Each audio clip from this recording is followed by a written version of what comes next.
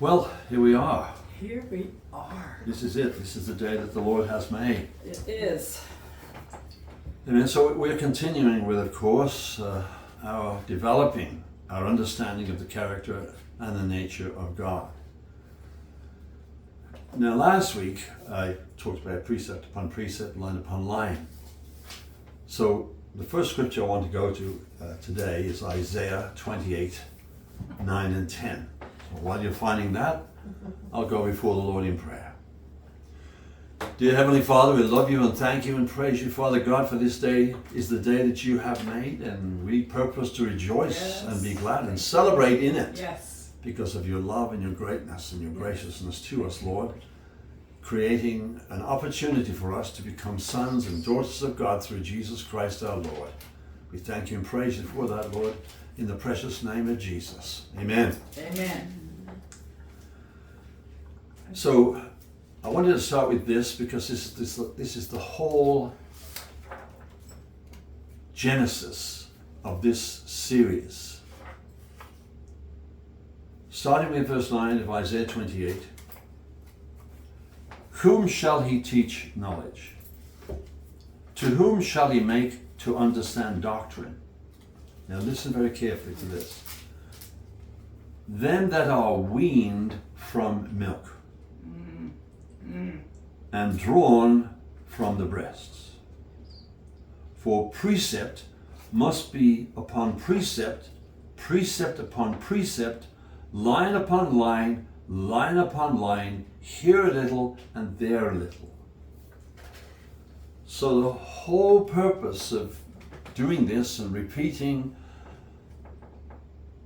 particular familiar scriptures is because we're building line upon line and precept upon precept in our developing our understanding of the character and nature of God.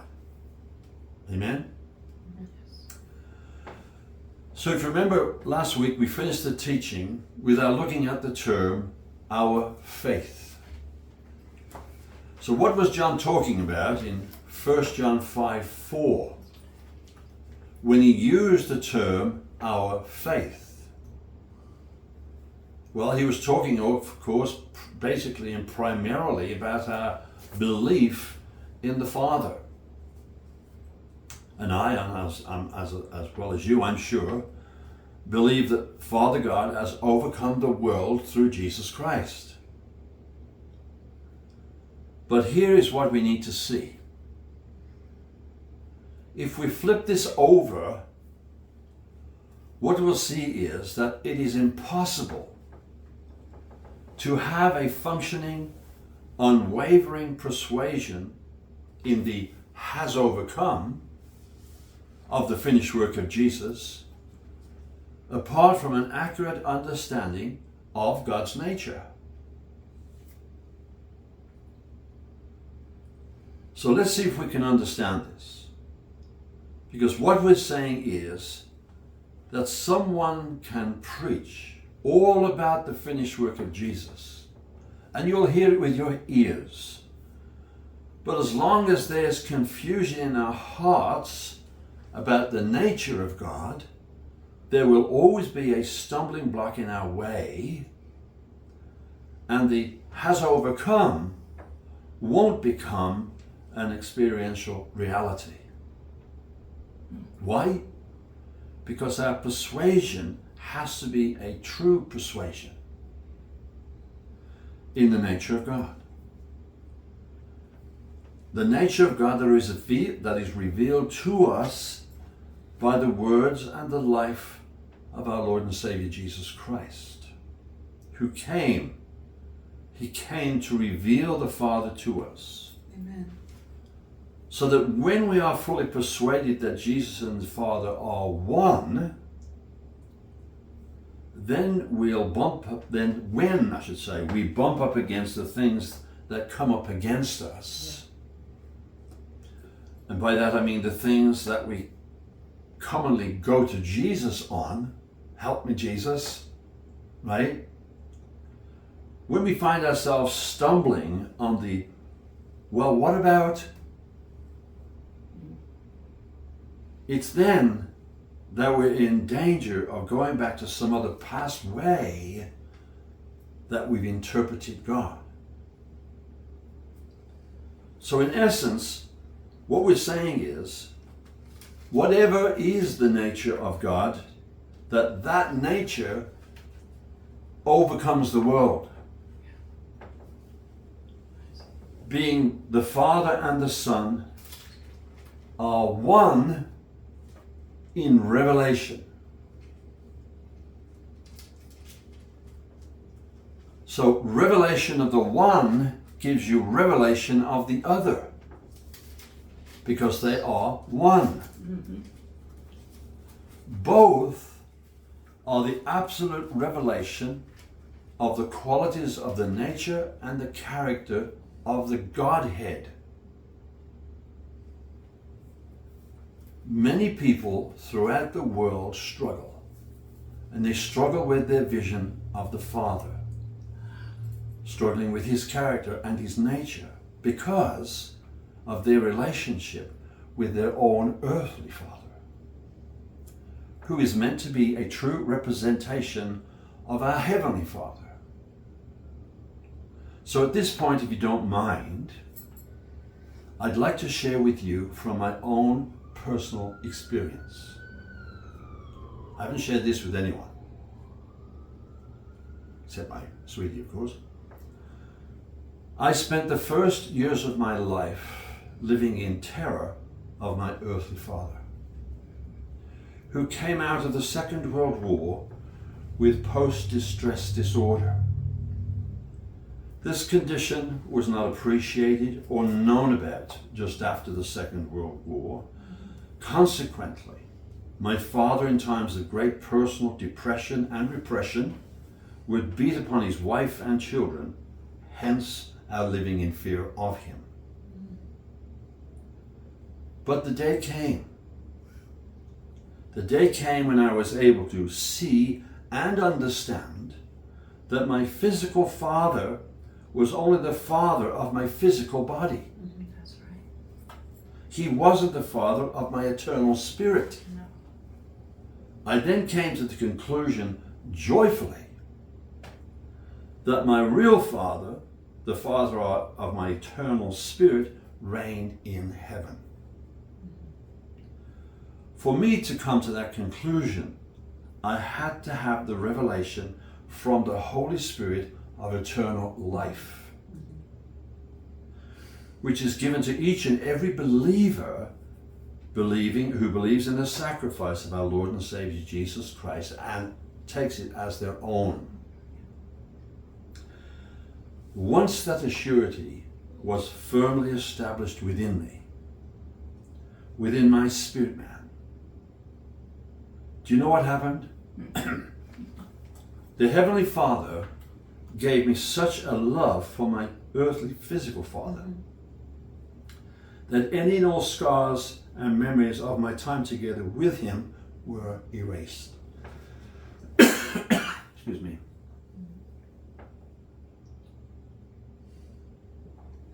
Unfortunately, that was not the same for my siblings. Even today, they are still scarred. Yeah. And I had developed and grow within me a true love, along with forgiveness and compassion for my earthly father. All of this came about through the growing revelation within me of the character and the nature of Father God.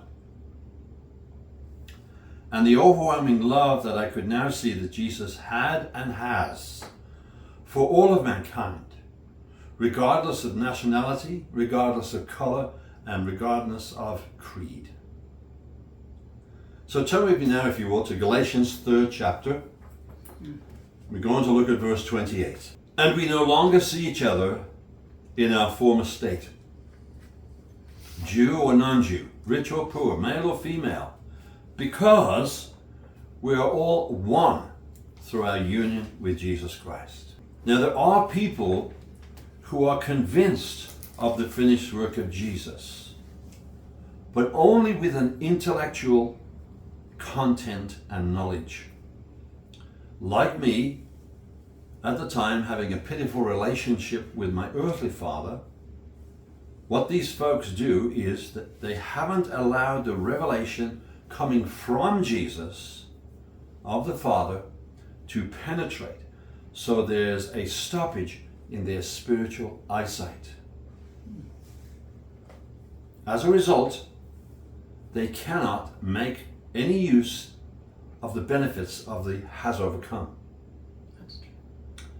And to some degree, we still do this in so much as when we second guess our motives and actions, what we're doing is we're reflecting on a perceived judgmental nature of God.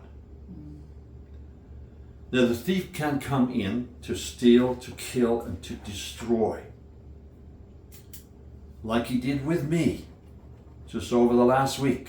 I'm not going to tell you what he was saying, but No. anyway, all of this has something to do with separating us from the value of the finished work of Jesus. So let's go back over again then to John 12:44. John 12 and verse 44. Now listen to these words that Jesus speaks here, because they're very powerful. Jesus shouted out passionately, to believe in me is to also believe in God who sent me. So you can't believe in God who sent him until you can believe in Jesus. And to believe in Jesus and who he is and where he came from and who sent him, when you can believe that, you can believe in God who sent me. So you cannot get this out of a Lucky Bag or a McDonald's Happy Meal. So just to reiterate, if you can see the Father and the Son as one, and this might sound like an oxymoron. Are you ready? Yeah. He who believes in me, listen, believes not in me, but in the one who sent me. I hope that we can see this, because Jesus, with all of his being, is reflecting the Father to us. And if we have eyes to see, what it's saying is, in other words, to believe steadfastly in my finished work, you must first believe in the Father who sent me. Or there's no foundation at all for that belief. You cannot believe in the finished work of Jesus Christ unless you can believe in the Father who sent me, said Jesus. So in other words, all of our faith and belief to stand secure upon a firm foundation, and yes, we do indeed build upon our faith in Jesus, with his being the rock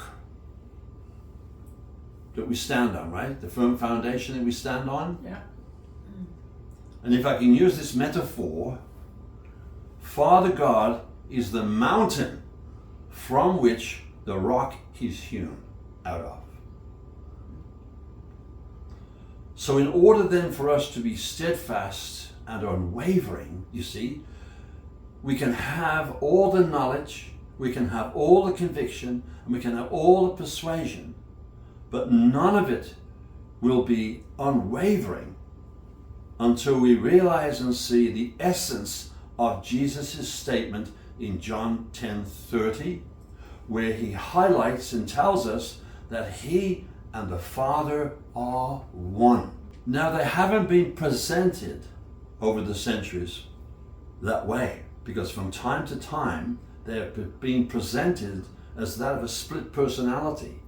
He's angry, he saves us. We have a single revelation, and Jesus is saying that I have come to be the expression and the manifestation of the essential qualities and characteristics by which the Father and I exist as one. So to continue, it is the same thing by which we live and move and have our being. We are one with the Father, one with the Son, and one with the Holy Spirit. That's how we exist and have our being. Yes. Now you can live like a mouse, or you can live like a lion. Now Acts 17:28. See, all of this comes from our union with Christ. If you cannot see yourself in union with Christ, then it all falls apart. So this all comes from our union with Christ. And Acts 17:28 reads, "It is through him, Jesus Christ, that we live and function and have our identity." Yeah. That's so much better than have our being, is it not? Yeah. Yeah. Just as your own poets have said, our lineage comes from him. Hallelujah. We then, as God's sons, or sons of God and daughters of God, are defined by that very same nature. Netos, I think we used the word netos last week. Born again. Natal, prenatal, all come from the word netos. We then, our sons of God, are defined by the very same nature, being born again in Christ Jesus. Again, you weren't born out there somewhere in the wilderness. You are born again in Christ Jesus, physically and spiritually. John 3:3, if you would, please. Nicodemus comes to Jesus. Nicodemus is stirred by the words of Jesus and the ministry of Jesus. So in John 3:3, Jesus answers Nicodemus, listen to this partial fact. No. Listen to this eternal truth. Before a person can ever perceive God's kingdom, they must first experience a rebirth. Yeah. Now, like most people in the world who are purely physical in nature and have no spiritual insight, their reaction is just like that of Nicodemus in verse 4. Nicodemus said, rebirth?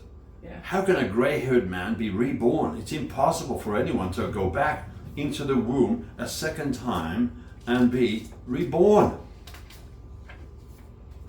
Jesus answered him in verse 5, I speak an eternal truth. This is the second time Jesus uses this term. I speak an eternal truth.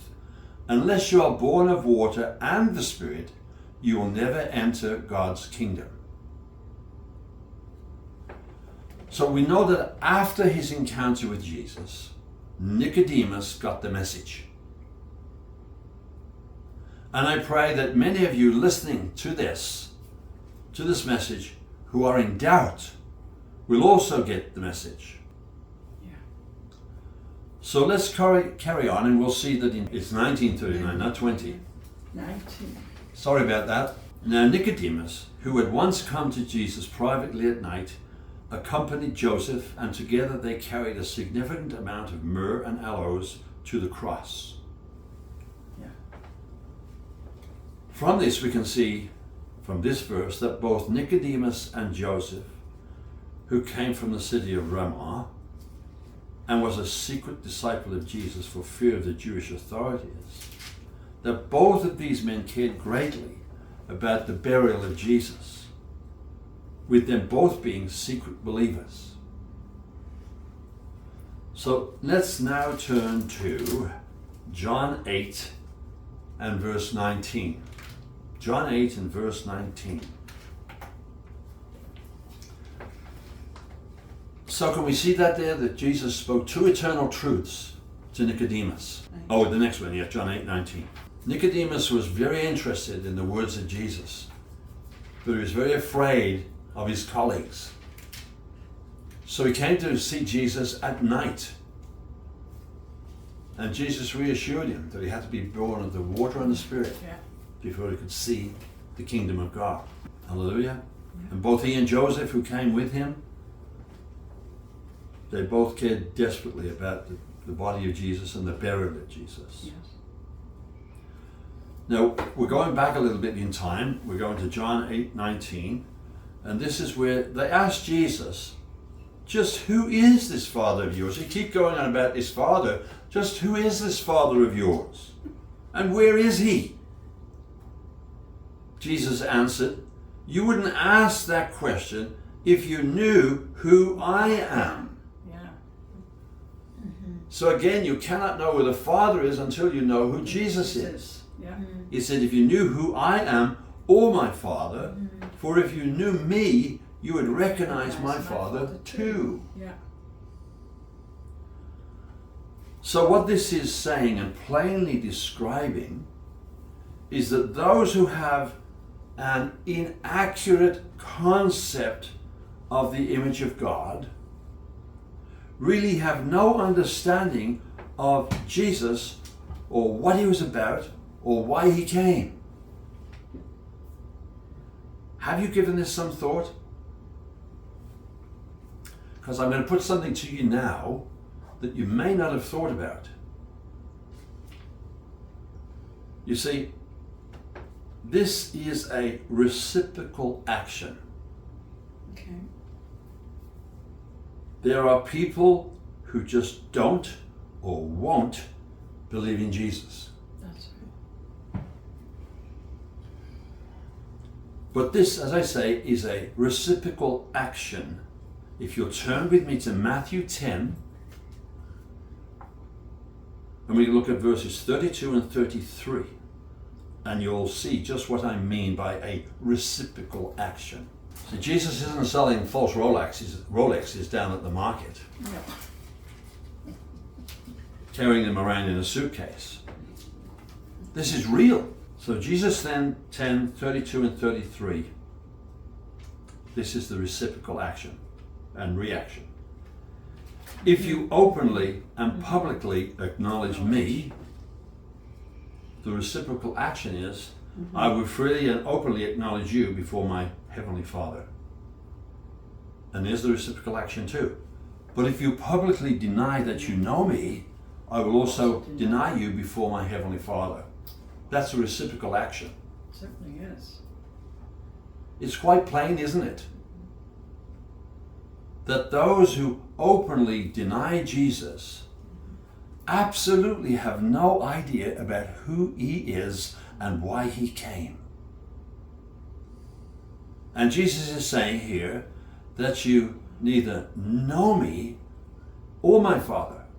You don't know either one of us. Yeah.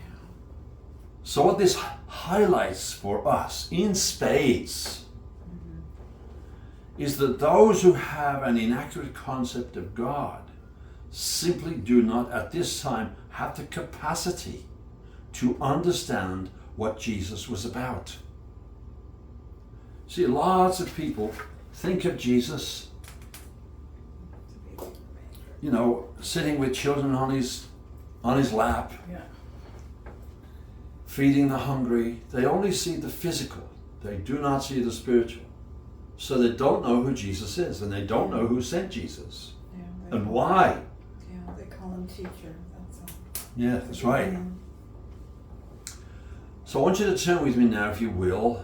We'll go over to Galatians 1, and we'll look at verses 15 and 16. We all know that he was Saul, right? And he was on the road to Damascus, and he got hit by the Lord with a bolt of lightning and lost his eyesight and went to Simon Tanner's house, remained there until he was filled with the Holy Spirit. He got his sight back, and then he left and went straight into the desert of Arabia for 4 years.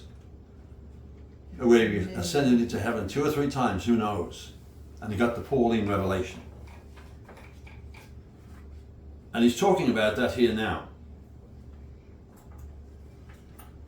In Galatians 1:15 and 16. He said, "But then God called me by his grace and chose me from my birth to be his. He was pleased to unveil his son in my coat pocket, Within. in me, Yeah.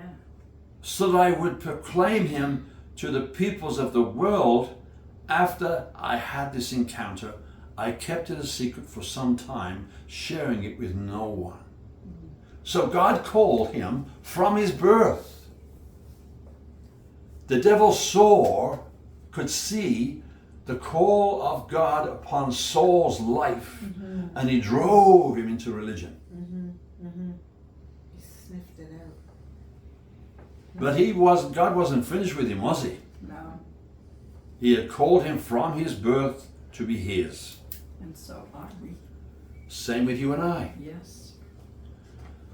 The 2 main points from these 2 verses are these: that he chose me from my birth to be his, Yeah. and was pleased to unveil his son in me. He didn't find it from a book or a video or someone's teaching. It was revealed in him by God himself. So the main point then is that it pleased God to reveal his son in me. This is Paul talking. And many, many people are confused by what it takes to please God. What Saul was doing was not pleasing to God. But God had a call on his life and a plan for his life. Yeah. So people say, well, if I stop smoking weed, it'll please God. Or if I stop doing this or stop doing that, it would please God. But the thing is to see is this, that stopping doing any of these things isn't so much what pleases God. What pleases God is not your behavioral modifications. What pleases God is that he is able to reveal his son in you, to reveal his son in us. That we would become sons and daughters of God. That's what pleases God. And he wasn't happy or satisfied until Saul became Paul and did what he called him to do from his birth. Amazing. So when that happens to us, when we become sons and daughters of God, what do we become? Jesus in us. With a capital L. Living beings. Yes. As opposed to human Human beings. beings. Right. Human beings are carnal. Living beings are spiritual. Yeah. We know that in Genesis 2:7, Yeah.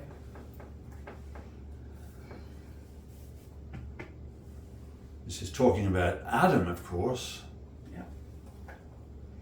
How many Adams were there? One. Oh, 2. There were 2, that's right.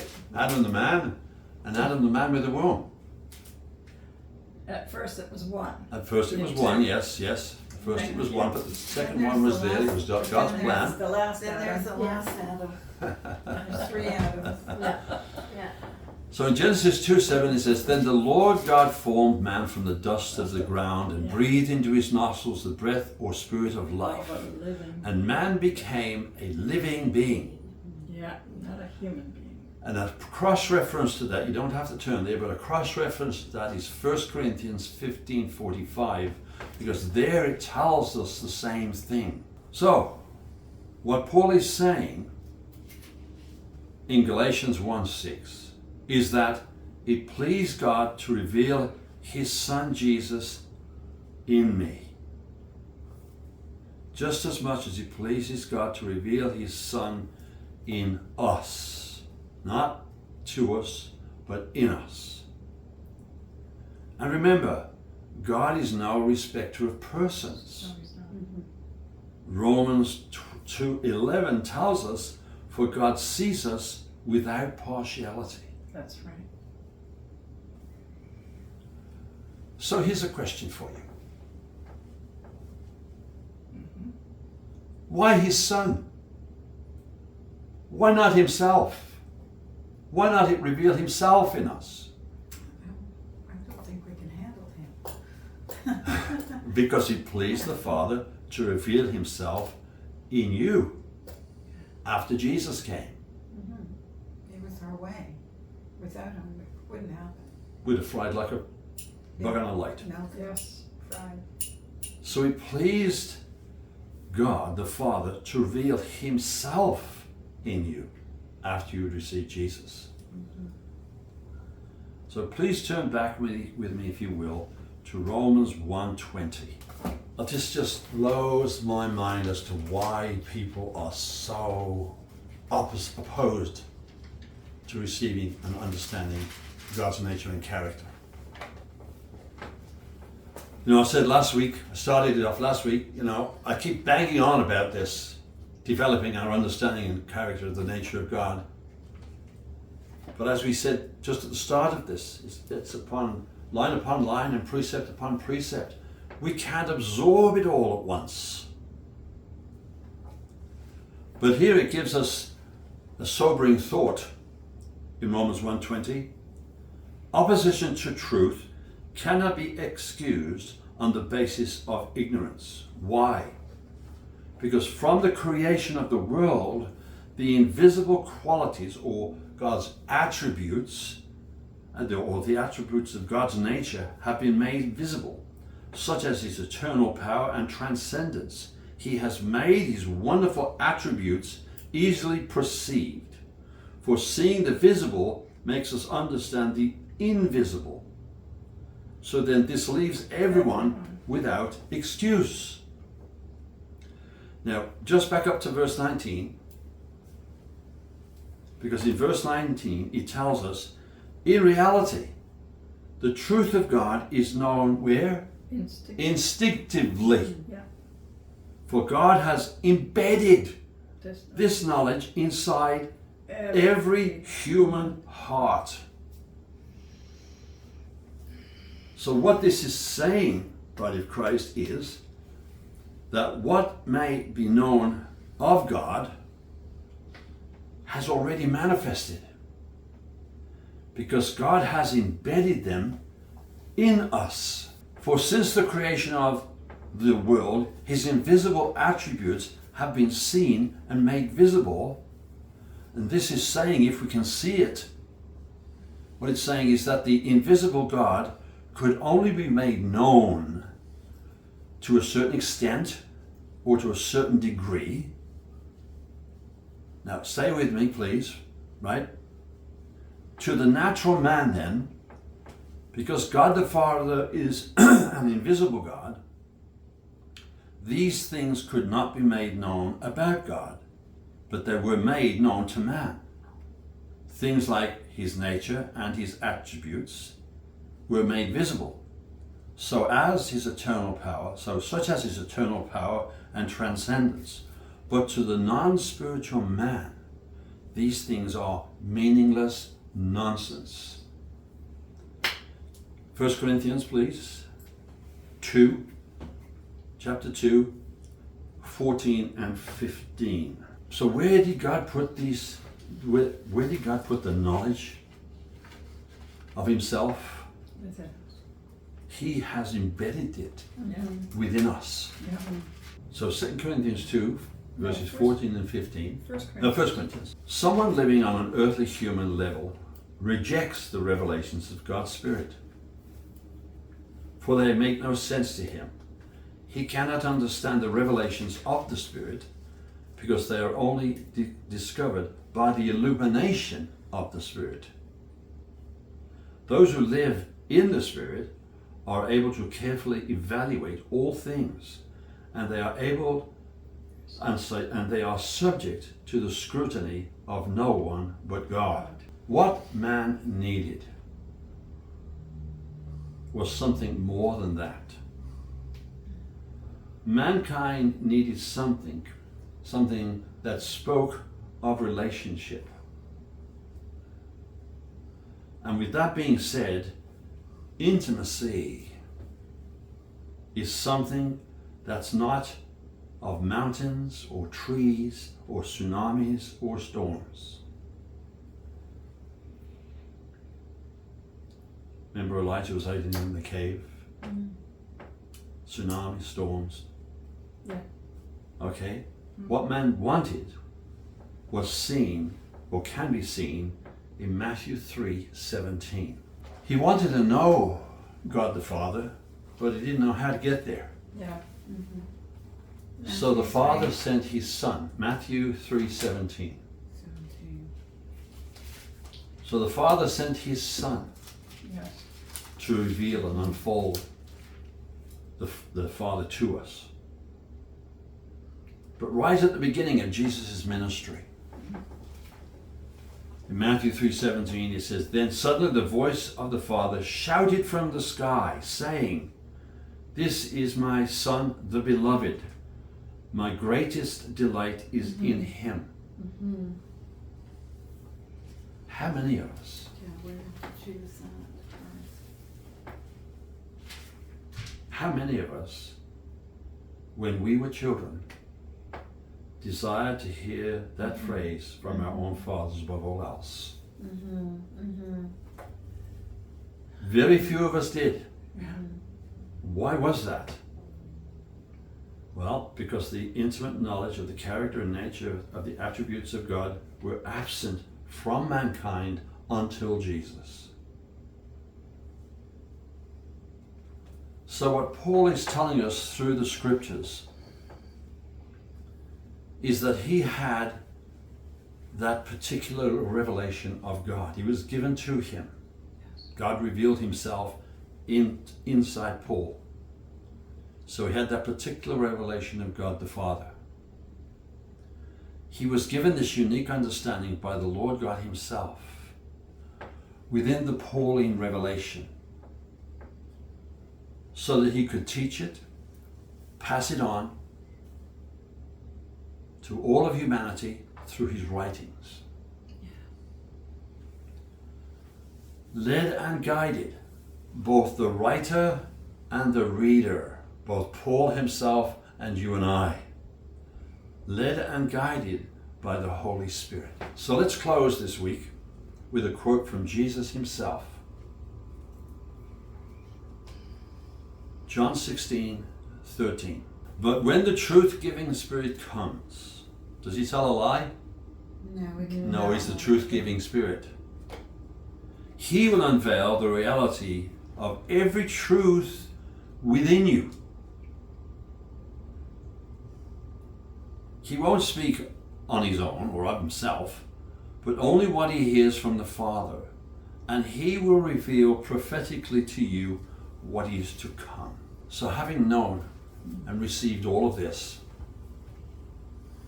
everything we do then should be done to enlarge God's glory, so that other people's opinion of him is magnified. In short, glorifying God means reflecting his likeness and making the invisible God more visible to others. To glorify God means to enlarge and improve his reputation in the eyes of a sinful and broken world. So this will be the last of this series for a few weeks until we resettle in Nova Scotia. So may the Lord God bless you and keep you. Yes. May the Lord God cause his face to shine upon you and be gracious unto you and give you his peace. Amen. Peace. Amen.